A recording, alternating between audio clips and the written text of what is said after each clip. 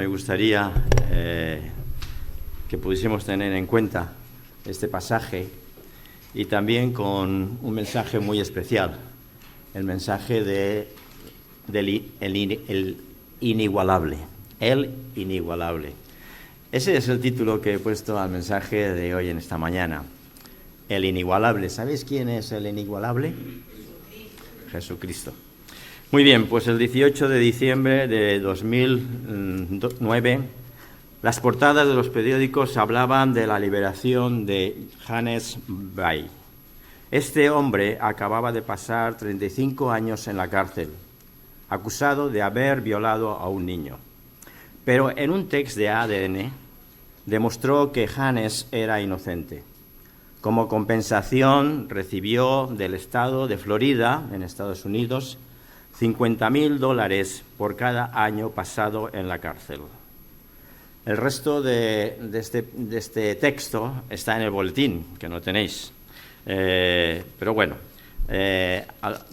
lo podéis ver en vuestro móvil, pero también está relacionado con el pasaje de esta mañana. Si me permitís, hoy hace calor, me quito la chaqueta. Ay, gracias. Bien, como decía, este hombre que fue acusado inocentemente, pasando 35 años en la cárcel, este hombre acusado me hace pensar también en el pasaje que hemos leído. De una forma injusta también, y acusado de muerte y sentenciado a muerte, el personaje que hemos leído no es ni más ni menos que Juan el Bautista. Juan el Bautista estaba en esos momentos encarcelado, en la cárcel.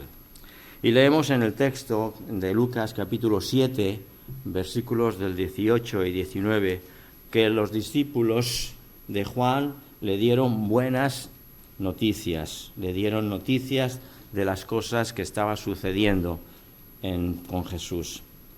Y llamó Juan, dice, a 2 de sus discípulos y los envió a Jesús para preguntarle: ¿eres tú el que había de venir o esperamos a otro? En este texto los discípulos explican las últimas noticias que acontecían en aquella ciudad. Dice que les llamó a los discípulos y le dieron nuevas de todas las cosas que estaban sucediendo. ¿Y cuáles eran esas cosas que estaban sucediendo? Pues ni más ni menos, unos versículos anteriores se nos habla como Jesús resucita a un joven, al hijo de la viuda de Naín. Y dice en este mismo capítulo 7, los versículos del 11 en adelante, ese pasaje, ¿qué es lo que estaba sucediendo allí, en aquel lugar? Pues ni más ni menos que Jesús se encuentra, dice, en aquella ciudad llamada Naín, y cuando llegó cerca de la puerta de la ciudad, he aquí que llevaban a enterrar a un difunto.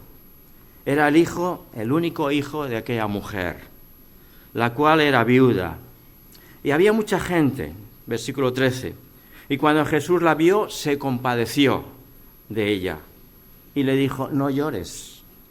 Acercándose, tocó el féretro, y los que lo llevaban se detuvieron, y dijo: joven, a ti te digo, levántate. Entonces se incorporó el que había estado muerto y comenzó a hablar, y todos tuvieron miedo y glorificaban a Dios. Y se extendió su fama de él por toda Judea y toda la región de alrededor.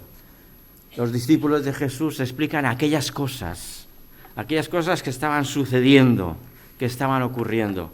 Y de ahí la pregunta de Juan el Bautista: ¿eres tú el que ha de venir o esperamos a otro? Mientras que Jesús hacía milagros, Juan sigue estando en la cárcel. Probablemente llevaba ya 1 año encarcelado. Y sus discípulos le iban contando todas aquellas cosas que sucedían alrededor. Juan reconoce el poder de Jesús. Sin embargo, tiene dudas. tiene grandes dudas. Y formula esa pregunta, preguntar. ¿Eres tú el que ha de venir o esperamos a otro? Si nos situamos en el lugar de Juan el Bautista, probablemente podemos entender muy bien sus dudas. ¿Por qué él tenía dudas? Él había estado predicando de Jesús, había estado predicando que vendría otro mayor que él, que haría mayores cosas. ¿Era él? ¿Sería Jesús al que él estaba predicando, proclamando? El otro día, hace unos meses estuve en la cárcel de Lledoners, allí en Lérida. Y una de las cosas que más les preocupa a los presos, a los internos, es qué acontece, qué ocurre fuera de aquel lugar. Porque las noticias que ellos reciben no son las mismas, aunque alguno tiene su televisor, su radio. Pero su preocupación es qué es lo que está pasando fuera. Y por eso también Juan el Bautista tenía esas dudas que exclama. Dudas, el significado de dudas se refiere a la falta de certeza o seguridad acerca de algo, lo que lleva a tener preguntas o incertidumbre sobre un tema en particular. Las dudas son comunes en la vida cotidiana y pueden abordarse a través de la búsqueda de información o la obtención de aclaraciones de fuentes fidedignas.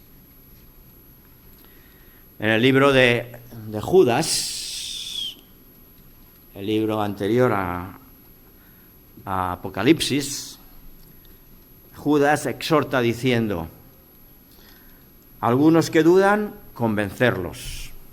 A los que dudan, convencerlos. Y esto mismo es lo que Jesús hizo en su respuesta. Respuesta que veremos más adelante en el texto. Pero en las circunstancias que estaba Juan el Bautista, él tenía dudas. Juan esperaba ni más ni menos a un Mesías libertador, un Mesías diferente que llevaría el reino de Dios y también un juicio, el juicio de Dios para los impíos, los incrédulos. Pero él no escucha nada de esto, no ve nada de esto. Juan sigue estando en la cárcel y nada hace pensar que habrá un cambio radical en la historia, en los acontecimientos. Por eso él pregunta, ¿qué cosas pasan fuera? ¿Qué ocurre? Juan pide a sus discípulos que formulen esa pregunta a Jesús. ¿Eres tú el que había de venir o esperamos a otros?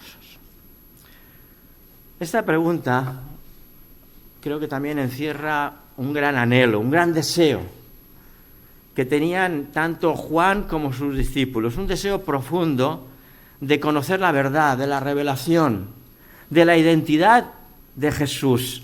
Si realmente él era el Mesías, al cual él estaba anunciando, vendrá otro que es mayor que yo. Él ya dice, no os bautizará en agua, sino que os bautizará en espíritu. Así que vemos ahora este punto, el anhelo de reconocer al Mesías. Los discípulos de Juan buscaban respuestas. Tenían ese deseo sincero de reconocer al verdadero Mesías prometido por las profecías. Es natural que en nuestra búsqueda a Dios surjan preguntas y dudas. No estamos solos en esta lucha. Cuanto más nos aproximamos a Dios, más surgen dudas, más surgen nuestras dudas. Una advertencia para aquellos que queréis bautizaros. Y si no, que lo digan aquellos que fueron bautizados y recuerdan en aquellos momentos, antes del bautismo. Esa advertencia es que vais a tener dudas, vais a tener dudas. Dudas es la estrategia del diablo, es la varita del diablo, crear dudas. Recordamos en Génesis cuando el diablo, hablando a Adán y a Eva concretamente, dice, ¿con qué Dios os ha dicho? Además de esa forma así cintuosa, así retorciéndose, con que Dios os ha dicho, no comáis de ese árbol. El día que comáis, dice el diablo, serán abiertos vuestros ojos y seréis como Dios. ¡Qué duda tan tremenda para Eva! Tan tremenda para ellos. Es las dudas que el diablo, la estrategia del diablo que tiene para el creyente. Cuanto más nos aproximamos a Dios, conocer de Dios, saber más de Dios, más dudas surgirán. Jesús no solo responde a nuestras preguntas más profundas, sino que también transforma vidas. Como los discípulos de Jesús, estamos llamados a dar evidencias de su presencia en nosotros. Si has reconocido a Jesús como el Mesías, como el Salvador, como el Mesías y Salvador prometido, y Él ha transformado tu vida, ha hecho un cambio en tu vida, ha hecho una obra en tu vida. Una obra de amor, de sanidad, de esperanza.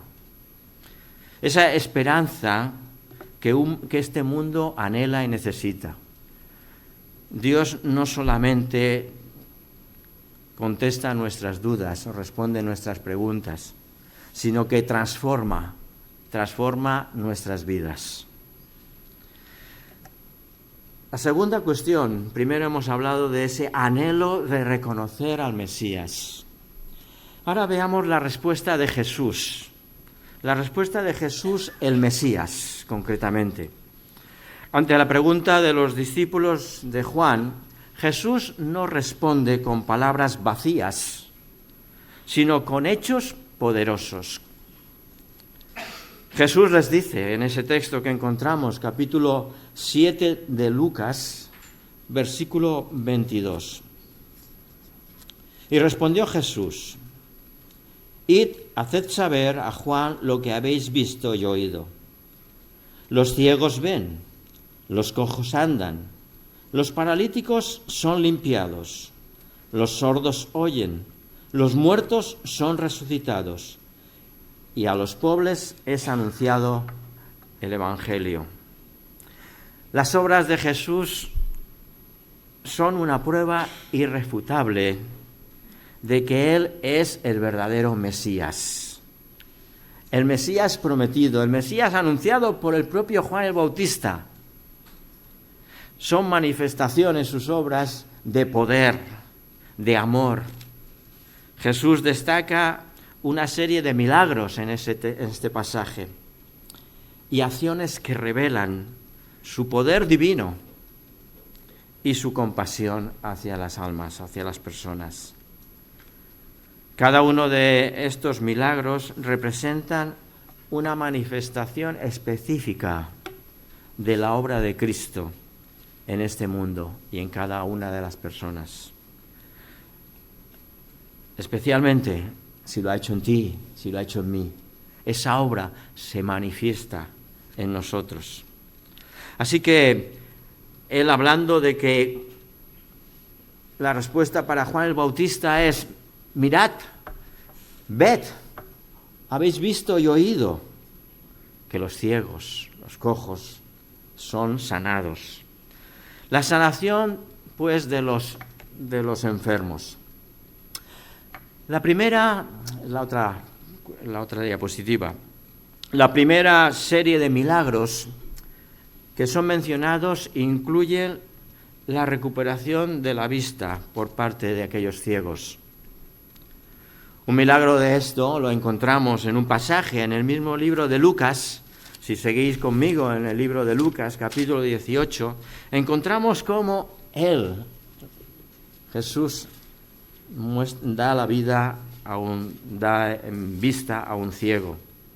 En este capítulo 18, versículo 39 de Lucas, leemos estas palabras. Bueno, primeramente, el versículo 35, aconteció que acercándose Jesús a Jericó, un ciego estaba sentado junto al camino mendigando. Y al oír a la multitud que pasaba, preguntó qué era aquello. Y le dijeron que pasaba Jesús Nazareno.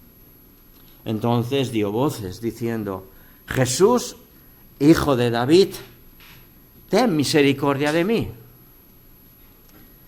Y los que iban delante le reprendían que callase, pero él clamaba aún más fuerte, diciendo: Hijo de David, ten misericordia de mí. Jesús entonces, deteniéndose, llegó hasta él y le dijo: ¿qué quieres que te haga?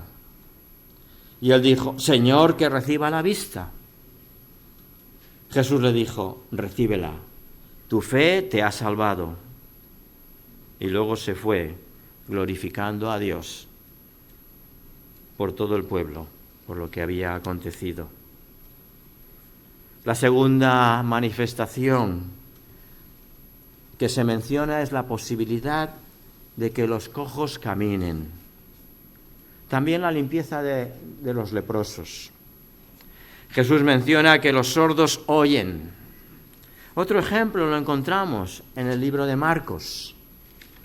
Encontramos también este relato. Marcos capítulo 7, también en el capítulo 7 encontramos de aquellos sordos que oyen. Y dice en el capítulo 7, versículo también 31, volviendo Jesús yendo de un lugar a otro, a salir de la región de Tiro, vino por Sidón, a Galilea, y le trajeron un sordo y tartamudo, y le rogaron que le pusiera la mano encima. Y tomándole aparte de la gente, metió los dedos en las orejas de él, y escupiendo, tocó su lengua. Levantando los ojos al cielo, gimió y le dijo: Efata, es decir, sé abierto. Al momento fueron abiertos sus oídos, y se desató la ligadura de su lengua, y hablaba bien. Y les mandó que no lo dijese a nadie, pero cuanto más les mandaba, tanto más y más lo divulgaban. Jesús, una vez más, hace el milagro. Milagros de los ciegos, milagro de los sordos. Este milagro, concretamente, va más allá de la sanación física. Simboliza también la restauración de la capacidad de escuchar sobre la verdad que se encuentra en la palabra de Dios.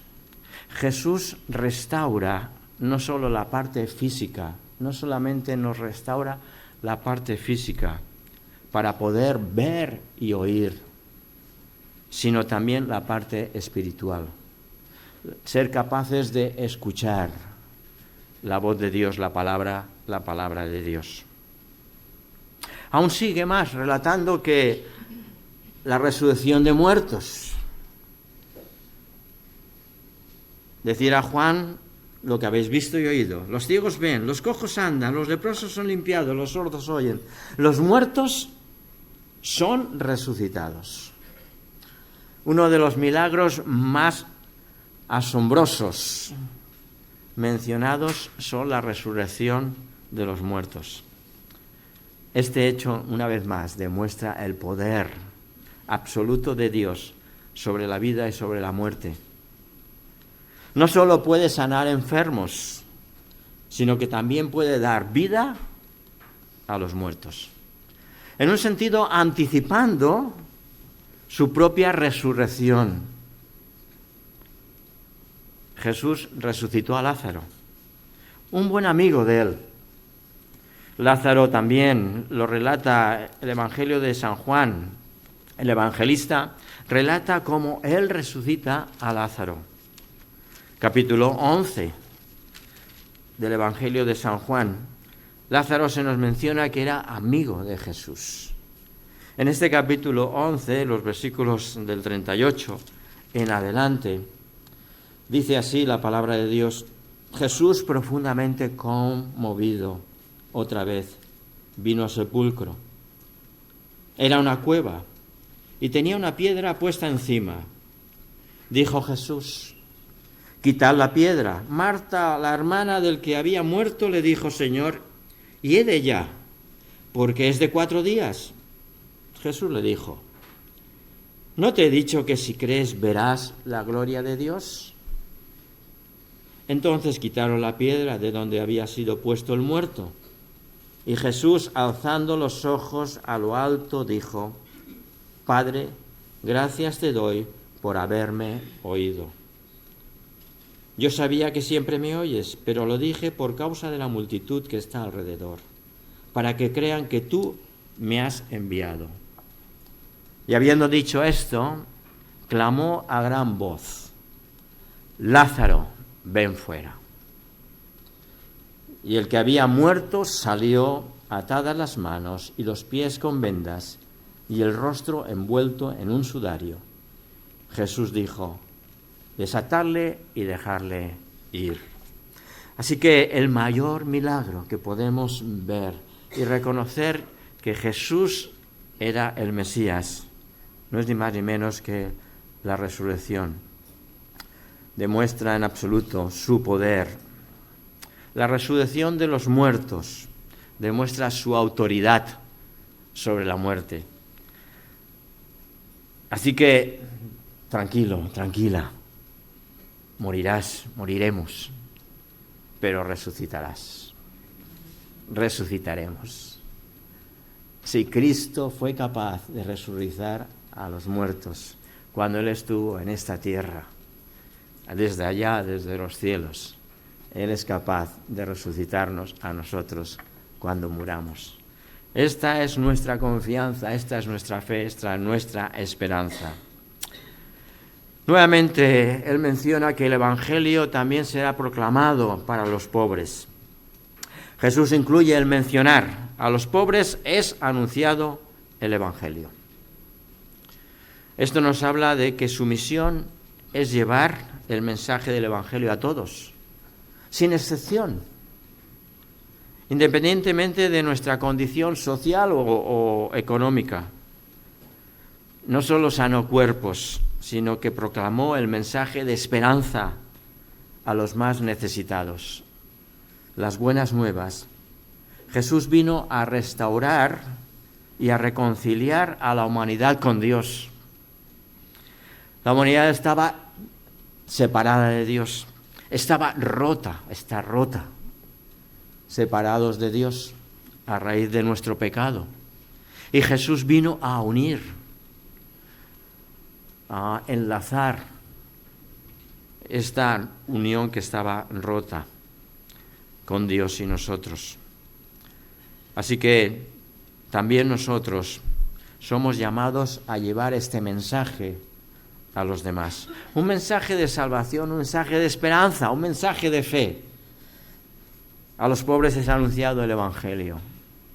Nosotros también somos llamados a anunciar ese Evangelio. Vemos pues la misión de Jesús. Jesús el Mesías. Jesús es el Mesías.